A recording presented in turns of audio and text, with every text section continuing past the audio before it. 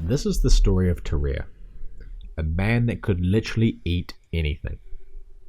Imagine being able to eat anything you wanted without the worry of putting on weight. That sounds pretty good. But now imagine at the same time that you're always starving, no matter how much you did eat. So much so that you had to go scavenge for garbage and then turn to eat live animals. That was the reality of the bizarre case of Tarrare.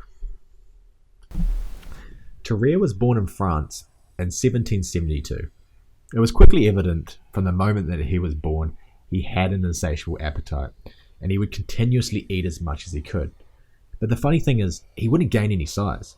In fact, it was said that he didn't even weigh 100 pounds. His appetite created such a strain on his parents that as a teenager his parents said, "You know what, we can't afford to keep you around anymore. You're just eating everything." So they cast him out of the family, onto the streets to fend for himself and hopefully feed himself. Tarrare was on the streets, being so young and without any skills to actually fend for himself or offer to the community in order to buy his own meals. He had to turn to travelling with prostitutes and thieves. However, with this curse of hunger, a travelling performer did see an opportunity in Tarrare. I mean, it's a pretty unique opportunity. Who else is like Tarrare? He took Tarrare under his wing as a sideshow act to showcase the incredible feats of a man that could eat anything, and that's exactly what Tarrare did.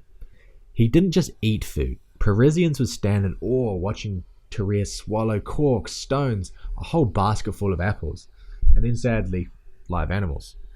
It had been said that he ate lizards, snakes, puppies, cats, and then even swallowed whole eels without the need for chewing. During one performance though, Tarrare did have a mishap that resulted in intestinal obstruction.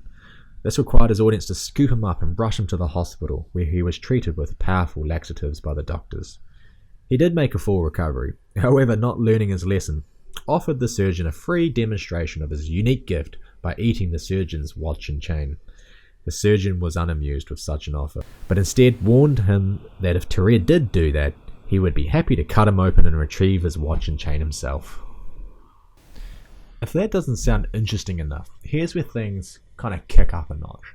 So Tarrare joined the French Revolutionary Army at the start of the War of the First Coalition, where he was required to eat 4 standard of rations of food just to get through his day. Even so, he would eat food from the gutters and garbage in order to have some sense of relief from his unforgiving appetite. As he continued to eat but never really getting the nutrients that he needed, he unfortunately had to be hospitalized again, but this time for exhaustion. Doctors were obviously perplexed by such a case. I mean, have you ever heard of this? No one has. So they undertook a number of tests to try to figure out what was wrong with this poor man. They had claimed he had ate a meal intended for 15 people in one sitting. However, despite his unusual eating habits, they couldn't figure out what was wrong with him, and he didn't show any kind of semblance of mental illness. Therefore, he had to return back to duty. One of Tarrare's doctors, though, suggested to a political figure in general in the French Revolution that he saw great opportunities with Tarrare's very peculiar set of skills, and he could be used for military benefit. A test that they did undertake was to have Tarrare swallow a small wooden box that held a document. After ingesting, 2 days later, Tarrare produced the box in his feces, and within the box was the document, still intact, legible.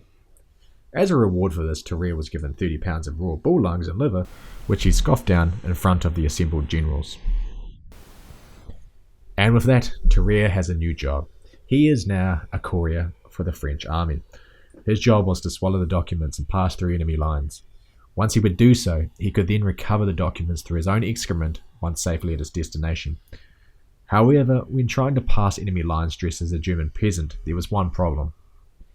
He didn't speak German, so he was figured out.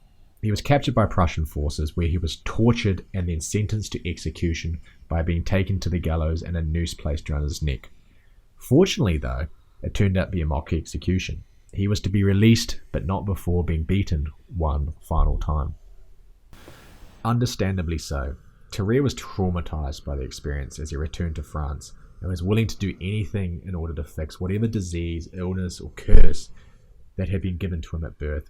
All procedures attempted by doctors failed, just like every other time, and Tarrare would struggle to comply to the doctor's strict diet as he would sneak out of his bed, go onto the street, and look for garbage once again. And then the worst came. And to the horror of everyone, it was said that he attempted to drink blood of other patients and then would eat the corpses in the hospital morgues. I wish I could say that it ended there. It didn't. After being suspected of eating a 1-year-old child, he was finally banished from the hospital to not be seen again for 4 years. When he did reappear after 4 years, he unfortunately had a severe case of tuberculosis. This would be his ultimate demise and what would kill him at the age of 26 in 1798. That is the story of Tarrare. If you enjoyed that story, please subscribe for more weird and interesting tales of unique people and events.